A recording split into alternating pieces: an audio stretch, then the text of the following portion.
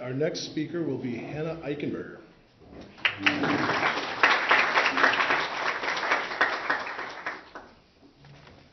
Everybody has a story, but nobody has one quite like mine. My name is Hazel Albee. I'm a widow to my husband Earl.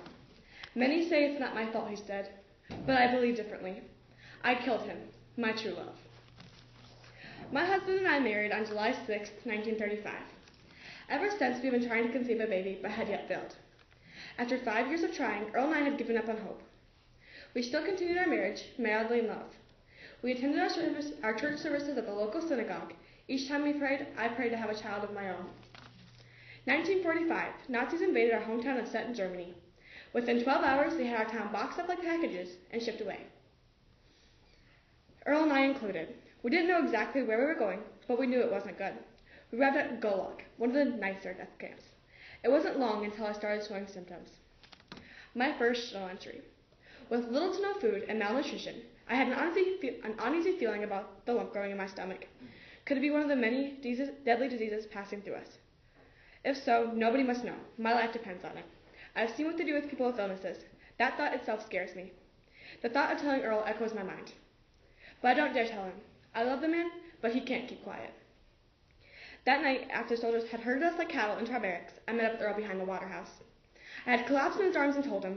I had told myself I wouldn't tell him, but I did. The second I was in his arms, it felt like old times. What was only 4 short months ago felt like eternity. Now more than ever, I want to be back in Stettin, Germany, in my own bed, sound asleep.